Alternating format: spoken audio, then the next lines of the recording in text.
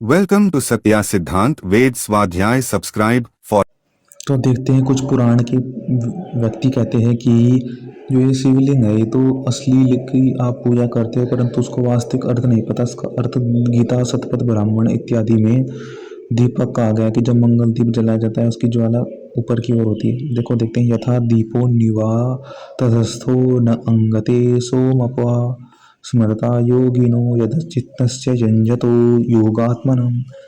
योगी जब चित्त को समाधिस्थ करना चाहे तो अपने सामने दीपक की उपमा बनाकर रखे। उपमा की बड़ी ही सुंदर है।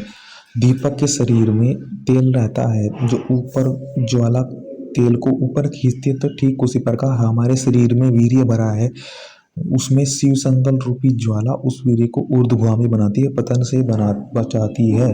शिव संकल्प की ज्वाला वह काम क्रोध आदि की आदि से बुझ जाती है, इसलिए उसको बुझने नहीं देना। प्राणायाम आदि से उस आंतरिक ज्वाला को स्थिर रखना है। जैसे कि वायु के वेग से दीपक बुझ जाता है कि ज्वाला बुझ जाती है, हमें भी वह ज्वाला बुझानी नहीं है। हमें उस ज्वाला को किस प्रकार प्राणायाम के द्वारा उसको न अंगते अंग के द्वारा शिव संकल्प की अग्नि को कहा गया है। क्योंकि देखो जब ब्रह्मचारी आश्रम में कोई प्रवेश करता है तो उसको कहते हैं कि आगे जाकर के तुझे वर्ण मिल जाएगा तेरे कर्मोनुसार, शिक्षा अनुसार।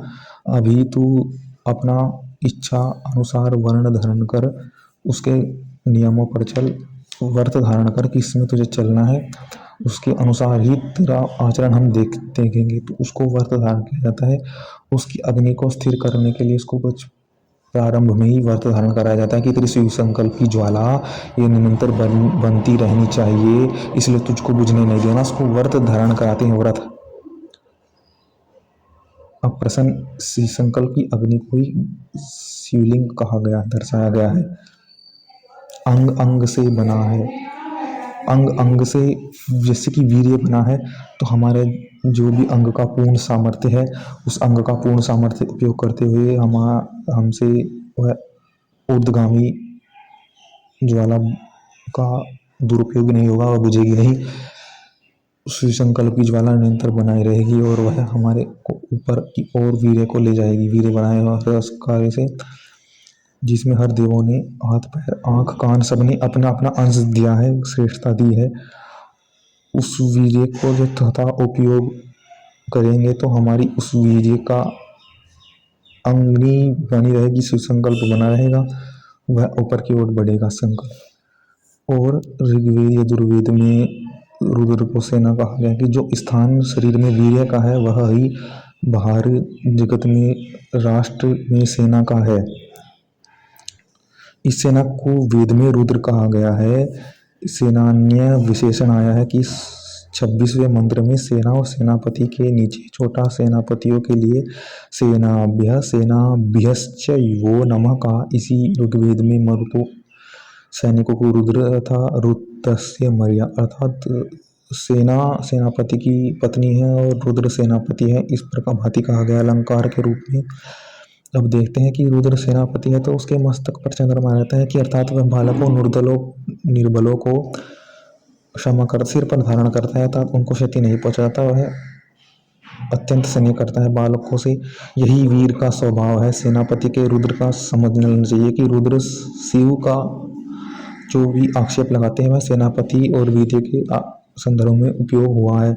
सेनापति के मस्तक में शत्रु को परास्त करने का जो तीव्र संकल्प है वह इसका तीसरा नेत्र है कि जो भी इस गंगा को बहने वाले संगठन को नियमों को तोड़ेगा वह क्षमा योग्य नहीं होगा।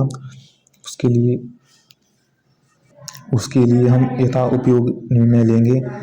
और गुप्तचर भी इसलिए संस्कृत में गुप्तचर को अपसर्प कहते हैं। सर्प चारों ओर सर्पण करते हैं, समाचार लाते, शत्रु के राज्य में विष फैलाते हैं, किंतु रुद्र को नहीं डसते, अपनी सेना को नहीं, सेनापति को नहीं डसते। कले का हार बनते हैं। सेनापति ने मारा, जितने मारा है वही, अर्थात सेनापति की बड़ाई इसमें है कि सब उससे भयंकर डरते हैं क्योंकि वह क्षण भर में, जो गुप्तचर हैं वह क्षण भर में जहाँ जाते शमशान बना देते हैं, उनकी योजनाओं को ध्वस्त कर शत्रु की। तो इसलिए युद्ध से सेना, जहाँ तक हो सके सेनापति युद्ध से बचता है, परंतु युद्ध जब करता है तो इतना भयंकर करता है कि शत्रु को पराजय करा देता है, क्योंकि सेनापति की जो सेना है ना, वो अपनी पति के भांति, जैसे पत्नी पति का करती है ना, पतिव्रती व्रत स्त्री होती है, पत्नी क्या करती है, तो ठीक उसी प्रकार सेना अगर सेनापति की सुनेगी तो निरंतर ही वह पूर्ण सामर्थ्य से विजय कराएगी, और उस पर पूर्ण विश्वास से सब सेनापति, सेना लोग, व्यक्ति लोग, प्रजा लोग उस पर विश्वास होंगे, सुख से उस पर वचनों पर विश्वास होंगे कि ये जिता सकता है। इसमें सामर्थ्य पे विश्वास बड़ा बढ़ता है। सामर्थ्य पे विश्वास होना चाहिए व्यक्ति के, सामर्थ्य पे व्यक्ति के विश्वास नहीं होता है। यही बात है कि वचन पर स्थिर अपने स्वयं विष होता है सुख से, कि मैं स्वयं सुखी नींद सोता हूँ, क्योंकि मुझे हर एक सेनापति के भरोसे सुख की नींद सोता जलाए रखना है कि मुझे कोई बाधा नहीं, मैं रोज सेनापति हूँ, मुझे इसको वीर्य को आगे बढ़ाना है, संकल्प करना है। तो यही बात है। शिव, विष्णु, ब्रह्मा जो तीन मूर्ति होती है, जो मूर्ति का मूर्ति में अनुभव करते हैं, वास्तविक में इसका अर्थ क्या है, तो पहले किस उद्देश्य की ओर हम जा भी रहे हैं या नहीं, क्या हम उसमें सत्य सही की ओर गए, हमने जो मूर्ति पूजा का पालन किया क्या उसका हमें फल मिला। अधर्म करता है, अन्याय करता है, शराब चढ़ाता है, किसी का वध करता है, निस्वार्थ पशु का वध करता है, तो उससे और अधिक वह अधर्म के कर्म कर रहा है, उससे उसका शांति तो मिलेगी नहीं। और जब वह जिस मदिरा को पीते हुए ही आपको नशा आता है, तो क्या वास्तविक में आपके अज्ञान को दूर करेगा जब उसको आप चढ़ा रहे हैं। ये शक्ति तो है, क्योंकि शक्ति की पूजा कर रहे हैं शिव की, तो वास्तविक शक्ति तो वही है, वर्णन शक्ति उससे बड़ी ज्ञान की शक्ति कोई है ही नहीं। इसके बल पर व्यक्ति गंभीर तत्वों की खोज कर पाता है, हवा पानी सबको वश में करके उनके सैकड़ों प्रकार के उनके लाभ ले सकता है। जैसे ब्रह्मचर्य वीर्य रक्षा से जुड़ा हुआ है।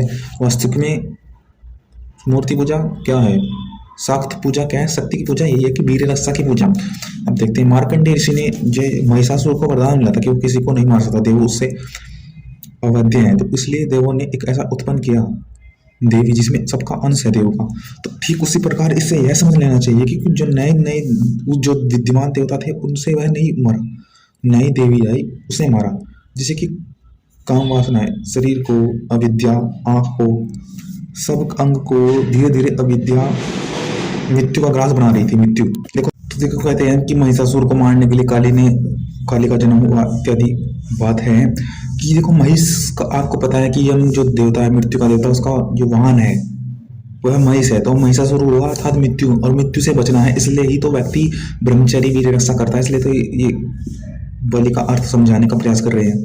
अटल नियम मृत्यु है, तो मृत्यु से ब्रह्मचर्य से बचना, अपने आँख नाक को ज्ञान से दूर करना, वही वास्तविकता अर्थ है बलि का। तो हमें उन्नति करनी है, पालन नहीं करना।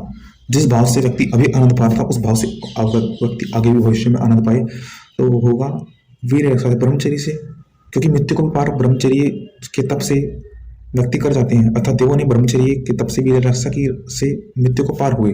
तो मृत्यु को पार होना है, जिस हाथ पैर आंख नाक कान देवों पर सब मृत्यु रूप इस अज्ञान ने इन सब अवयवों पर कब्जा कर रखा था, उन की अवयव में वीर्य ने एक आहुति डाल के अपना अंश एक नया पुत्र, हमारी पतन हुई अज्ञान के कारण, तो हमारी जो अंग अवयव है ये स्थिर हुए, स्थिर नहीं रह पाए इनके। जैसे कि हमें पुत्र भी होता है तो पुत्र हुआ क्योंकि हमने उसका वीर्य का कहीं ना कहीं उपयोग किया उन्नति के लिए, तो वह भी हमारा मृत्यु नहीं कहलाएगी, हम 100 साल और अधिक जिएंगे, पुत्र हुआ।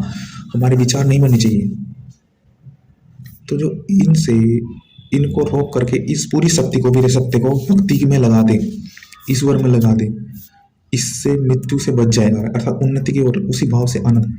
तो यही कहा गया कि हम मृत्यु है कि जब हम वीर समाज शक्ति को से उत्पन्न किया है, इसने उत्पन्न करने में उन सब अपना अंश दिया जो हमने बात कह दी है। तो यही है कि जब शक्ति मिल गई अब उसको भक्ति में लगाए, पर प्रश्न होता है कि भक्ति में हर समय कैसे लगाए, उसको भूख उत्पन्न करनी पड़ती है। जैसे भूख के बिना भूख नहीं, हम खाते नहीं, तो ठीक उसी प्रकार उस भक्ति की भूख होनी चाहिए और वह स्वाभाविक होनी चाहिए। जब हमें ज्ञात हो जाएगी कि मेरी भूख स्वाभाविक अभी आई है तो निरंतर हम बनाना रखना चाहेंगे। जैसे कि कुछ समय खाना छोड़ते हैं फिर स्वादिष्ट खाना खाते हैं, तो ठीक उसी प्रकार स्वाभाविक भूख होनी चाहिए भक्ति के लिए। जो व्यक्ति की स्वाभाविक भूख कैसे होगी, वह होगी जब दुख दिखते हैं। दुख 3 प्रकार के होते हैं, अज्ञान, अभाव अन्याय, इसलिए कहा कि दूसरों के दुख को देखकर स्वयं के दुख को दुखी हो, कि हमारे पास भी ऐसा हो सकता है, हमें भी कोई ईश्वर के पास जब दुख में तो व्यक्ति जाता है कि अधिक दुख हो रहा है, अब ईश्वर के पास स्वाभाविक रूप से उस दुख को याद रखो कि कभी भी अन्याय कोई व्यक्ति कर सकता है, अभाव है, अन्याय तो है ही, और साथ में कभी भी हमें वास्तव में अज्ञान है, अज्ञान के कारण तो हमने ये वीर रक्षा हुई थी, इस दुख में फंसे थे हम, तो उस दुख को याद रखो, तभी आप भक्ति करके निरंतर आनंदित रहोगे, उन्नति करोगे। और क्योंकि देखो छोटा नशा नहीं है, सबसे बड़ा नशा मृत्यु को पार कर जाना है, मृत्यु और मृत्यु के डर से। जिस प्रकार वहाँ पंजाबी सिख ने अपने पुत्रों की बलि दे दी, फिर भी उनके मुख पर कोई दुख नहीं आया, कि दुख से परे थे, दुख के भय से, मृत्यु से भय थे। ब्रह्मचर्य वीर रक्षा यही होती है कि उसको भक्ति में लगाए, ये सबसे बड़ा नशा है, वीर रक्षा से है, वीर रक्षा ही शक्ति पूजा है वास्तविक में। जैसे कि अग्नि है, संकल्प करो कि हाँ दुख, इस दुख से निकलने के लिए मुझे यह प्रयास करना है, वो अग्नि हुआ, मूर्ति को बनानी है, अग्नि रूपी पत्थर, उसको आप जीवित कर सकते हैं। कैसे कर सकते हैं? उसको अपने भाव से, कि दुख ये भाव है, उसके प्रयास के लिए मुझे ये संकल्प है, इसके लिए मुझे अपने शरीर से इतना सामर्थ्य करना है, ये मुझे प्राप्त करने मेरा लक्ष्य है, इतना दुख है। और पहले तो उस दिए की तरह उस अग्नि को ज्वाला करना, दीपक में उस तेल की तरह वीर्य से, शरीर रूपी वीर्य से, शरीर रूपी से सींचोगे उस संकल्प को, निरंतर आप वीर्य रसा से सींचते चले जाओगे, उसको स्थिर करना है। यह बहुत कठिन कार्य है कि आप वैसा ही अंतर की लो स्थिर करना। जो व्यक्ति ज्योतिर्लिंग समझते हैं तो लिंग प्रतिबिंब को समझा होना चाहिए कि लिंग, ज्योतिर्लिंग, शिवलिंग का अर्थ सामर्थ्य है कि हम उसको अपने संकल्प से, अपनी वीर रक्षा से, स्थिर रक्षा से बिंब है, दिखाना चाह रहे हैं कि अपनी वीर रक्षा से उसको जीवित रखो, उसको सींचो, उस संकल्प को, दुख को याद करो, जिससे उन्नति हो आपको।